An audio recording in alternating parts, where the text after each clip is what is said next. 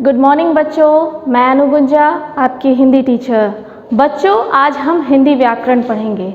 हिंदी व्याकरण का बहुत इम्पॉर्टेंट चैप्टर है, वो है संज्ञा। तो सबसे पहले बच्चों आप ये चैप्टर स्टार्ट करें। पेज नंबर 22 में कुछ बातचीत दी गई है दो लोगों के बीच में। उसको जब आप देखोगे बच्चों तो आपको समझ में आएगा कि आखिर हम संज्ञा कहते किसको हैं। बुक पर ध्यान दीजिएगा, पेज नंबर 22। इसमें एक लड़की दूसरी लड़की से बोल रही है, हेलो मेरा नाम कनिका है और आप। तो बच्चों यहाँ कनिका को हाईलाइट किया गया है क्योंकि कनिका क्या है, किसी लड़की का नाम है। दूसरी लड़की का आ रहा है जवाब, मैं तान्या हूँ। तान्या को हाईलाइट किया गया है। तान्या भी क्या है बच्चों, एक नाम है किसी लड़की का। उसके बाद देखिए जो फोटो है उसमें एक लड़की बोल रही है, क्या तुम रोज पार्क में घूमने आती हो। पार्क को हाईलाइट किया है। पार्क भी क्या है बच्चों, ये नाम है। पार्क को आप पार्क ही कहोगे, पार्क को आप नदी नहीं कहोगे, पार्क को आप पार्क ही कहोगे।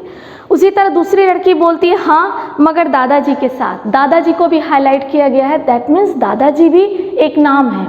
आप दादाजी को दादाजी ही कहोगे, उन्हें मम्मी या पापा नहीं बोलोगे, वो भी क्या है, एक नाम है। अब इसी तरह बच्चों आगे का कन्वर्सेशन दिया गया है। अब उसके बाद आपको यहाँ पर देखना होगा कि यहाँ पर हम अलग अलग लोगों के नाम कैसे होते हैं। जैसे व्यक्तियों के नाम में कोई भी नाम हो सकता है, कनिका हो सकता है, अमिताभ बच्चन हो सकता है, मम्मी पापा हो सकता है, नानी हो सकता है, किसी का भी नाम। स्थानों के नाम में मुजफ्फरपुर, पटना, देहरादून, कुछ भी हो सकता है। वस्तुओं के नाम में फल, सब्जी, बिस्किट, आइसक्रीम। भावों के नाम में ठंडक, हरियाली, गर्मी, ये आते हैं। तो बच्चों यहाँ कहने का मतलब है, आप देख रहे हो कि बार बार हम नाम पर जोर दे रहे हैं, नाम। और जब आप बोर्ड पर देखोगे तो यहाँ लिखा हुआ है, किसी प्राणी, वस्तु, स्थान तथा भाव के नाम को संज्ञा कहते हैं। यानी किसी भी व्यक्ति का, वस्तु में कुछ भी हो गया, किताब हो गया, चेयर हो गया, पंखा हो गया, वस्तु में कुछ भी आ सकता है। स्थान में मुजफ्फरपुर हो सकता है, पटना हो सकता है, दिल्ली हो सकता है। भाव में गर्मी, ठंडक, हरियाली, बचपन, बुढ़ापा आदि के नाम को हम संज्ञा कहते हैं। तो यहाँ बच्चों संज्ञा का जो परिभाषा है वो हो गया, किसी व्यक्ति बोलो या प्राणी बोलो, किसी प्राणी, वस्तु, स्थान तथा भाव के नाम को। यहाँ पर बच्चों याद रखना, नाम को, किसी प्राणी, वस्तु, स्थान या भाव के नाम को हम संज्ञा कहते हैं। अब आप अपनी बुक में देखिए कि अलग अलग तरह से कैसे कैसे संज्ञा को हम प्रेजेंट कर सकते हैं, वो दिया हुआ है। पहले पॉइंट में है वस्तु। उसमें आप देखिए लिखा हुआ है कलम, दवात, पुस्तक, कोई भी वस्तु हो सकती है, ठीक है। उसके बाद है स्थान। स्थान में घर हो सकता है, लाल किला हो सकता है, स्कूल हो सकता है, मुजफ्फरपुर हो सकता है, पटना हो सकता है, कोई भी स्थान हो सकता है, प्लेस। प्राणी में आप देखिए कि विश्वनाथन आनंद है, अमिताभ बच्चन है, साइना नेहवाल है, माता है, पिता है, कुछ भी हो सकता है। यानी किसी का नाम भी मम्मी, पापा, दादाजी, दादी, नानी, ये सब प्राणी में आ रहे हैं। भाव में आ रहा है बच्चों वीरता, मिठास, हरियाली, सुंदरता, ये सब एक्सप्रेशन, भाव, फील करना। बच्चों एक छोटी सी चीज़ आपको हम बताते हैं, ध्यान रखिएगा, हमेशा आपके काम आएगी। जब भी आप भाववाचक संज्ञा के बारे में सोचो या समझने की कोशिश करो, मेरी एक बात याद रखना, भाव का मतलब होता है बच्चों जो आप महसूस करते हो, जो आप फील करते हो, जिसको आप टच नहीं कर सकते हो लेकिन महसूस जरूर कर सकते हो। जैसे वीरता, सैनिक वीरता दिखाता है। आप जब सुनते हो, जब पढ़ते हो किसी पेपर में, तो आप महसूस करते हो कि वो सैनिक कितना वीर था, उसको आप महसूस कर रहे हो। उसी तरह मिठास, जैसे आप रसगुल्ला या कोई मिठाई खाते हो, कोई भी मिठाई आप जब खाते हो तो आपका जो जीभ है उसकी मिठास को महसूस करता है। उसी तरह हरियाली, आप जब किसी पार्क में जाते हो, चारों तरफ पेड़ पौधा देखते हो, ग्रीनरी देखते हो, तो आपको देख के लगता है कि चारों तरफ कितनी हरियाली है, वहाँ पर भी आप महसूस कर रहे हो। उसके बाद सुंदरता, अगर कोई सुंदर लड़की या कोई सुंदर बच्चा आपके सामने आता है, आप फील करते हो कि वो कितना सुंदर है। कहने का मतलब बच्चों कि भाव का मतलब यहाँ हो गया आप महसूस कर रहे हो, आप उसको फील करते हो, टच नहीं कर पा रहे हो लेकिन महसूस कर रहे हो, उस भाव को आप क्या कर रहे हो, महसूस कर रहे हो। तो उसके बाद बच्चों ये तो हो गया संज्ञा कि कैसे कैसे संज्ञा का अलग अलग तरह से हम अपनी लाइफ में संज्ञा को देखते हैं। यह डिफिनीशन हम आपको बता चुके हैं, किसी प्राणी, वस्तु, स्थान तथा भाव के नाम को हम संज्ञा कहते हैं। अब आती है बच्चों बारी संज्ञा के भेद, काइंड्स ऑफ नाउन। तो यहाँ पर बच्चों याद रखिएगा कि संज्ञा के हमेशा 3 भेद होते हैं। संज्ञा के 3 भेद होते हैं। कौन कौन? व्यक्तिवाचक संज्ञा, जातिवाचक संज्ञा और भाववाचक संज्ञा। अब यहाँ पर आपके दिमाग में आ रहा होगा कि व्यक्तिवाचक संज्ञा में क्या हो सकता है। तो आप जब अपनी बुक को देखोगे बच्चों, पेज नंबर 24, उसमें व्यक्तिवाचक संज्ञा का बहुत अच्छी परिभाषा दी गई है। जिन संज्ञा शब्दों से किसी विशेष व्यक्ति, वस्तु या स्थान का बोध होता है उसे हम व्यक्तिवाचक संज्ञा कहते हैं। जैसे आप देखिए ताजमहल, रामचरितमानस, भगवत गीता, महाभारत की किताब, APJ अब्दुल कलाम, नरेंद्र मोदी, अमिताभ बच्चन, ये सभी जो हैं व्यक्तिवाचक संज्ञा में बच्चों आ जाते हैं। क्योंकि इससे क्या होता है कि किसी विशेष व्यक्ति में कोई भी प्राणी आ सकता है, उसमें अमिताभ बच्चन भी आ सकते हैं, APJ अब्दुल कलाम, नरेंद्र मोदी।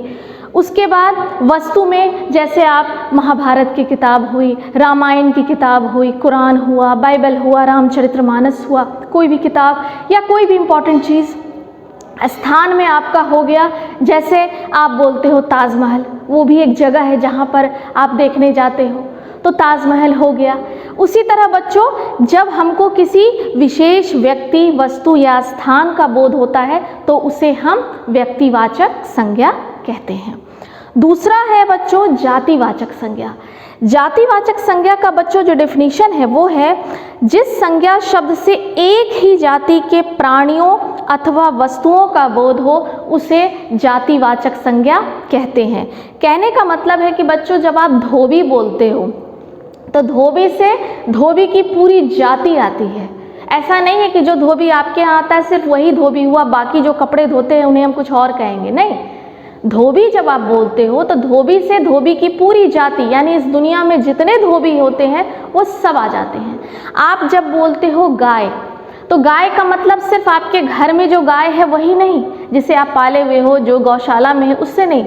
गाय का मतलब हो गया कि इस दुनिया में जितनी गाय होती हैं सभी उस जाति में आ जाती हैं। उसके बाद नदी। नदी का मतलब सिर्फ गंगा नदी नहीं होता है, नदी का मतलब हुआ कि इस दुनिया में जितनी नदियां हैं वो सब नदी की जाति में आ गई। उसी तरह बच्चों किसान। किसान का मतलब सिर्फ वो किसान नहीं जो आपके खेतों में काम करते हैं, किसान का मतलब इस दुनिया में जितने किसान हैं वो सभी उस जाति में आ गए। यानी जातिवाचक का मतलब हो गया बच्चों कि किसी एक ही प्राणी, एक ही जाति के प्राणियों या वस्तुओं का बोध होता है, ठीक है, तो उसे हम जातिवाचक संज्ञा कहते हैं। उसके बाद जो तीसरा है बच्चों भाववाचक संज्ञा, जिसके बारे में हम आपको पहले भी अभी तुरंत बताए हैं कि भाव का मतलब ही होता है जिसे आप महसूस कर रहे हो, आप फील कर रहे हो, आप टच नहीं कर पा रहे हो लेकिन महसूस ज़रूर कर रहे हो। तो इसका भी डेफिनेशन बच्चों दिया हुआ है, जिन संज्ञा शब्दों से गुण, दोष, धर्म, दशा आदि भावों का बोध होता है उन्हें भाववाचक संज्ञा कहते हैं। जैसे आप बोलते हो कि आम बहुत मीठा है, तो वो मीठा क्या है, उसका गुण है, ठीक है। अब आप किसी को बोलते हो कि इसकी बोली बहुत कड़वी है, ये बहुत कड़ा बोलता है या बहुत कठोर बोलता है, बहुत रफ बोलता है, तो वो क्या है, वो उसका दोष है, तो ये भी भाववाचक संज्ञा में आ गया।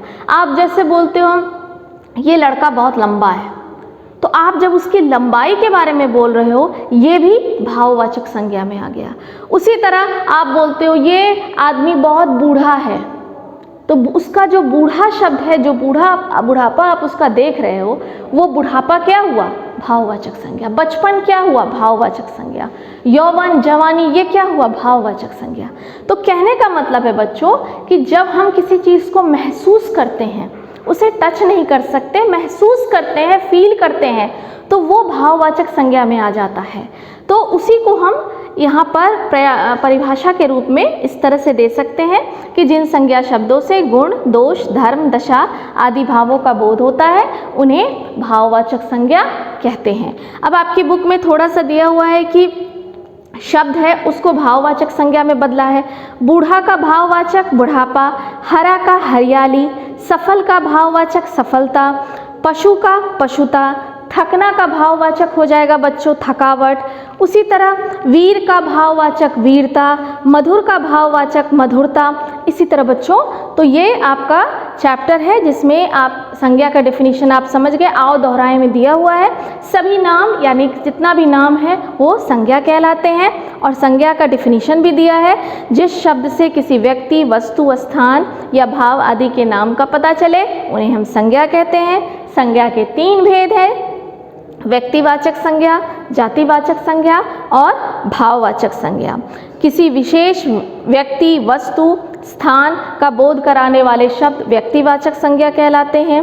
एक ही जाति के सब प्राणियों, वस्तु, स्थानों का बोध कराने वाले शब्द जातिवाचक संज्ञा, और किसी व्यक्ति के या पदार्थ के गुण, दोष, अवस्था या भाव का बोध कराने वाले शब्द भाववाचक संज्ञा कहलाते हैं। तो बच्चों आपका जो होमवर्क होगा ये तो आपका हो गया आज का संज्ञा चैप्टर, और जो आपका होमवर्क होगा वो आप लोग अपना अपना देख लीजिए। आपका जो होमवर्क होगा बच्चों वो आपको यही चैप्टर 5 जो है, तो आपका जो होमवर्क होगा तो वो होगा रीड चैप्टर 5, यानी जो चैप्टर 5 है संज्ञा उसको आप लोग फिर से रीड करना, लर्न करना। ओके बच्चों, बाय बाय।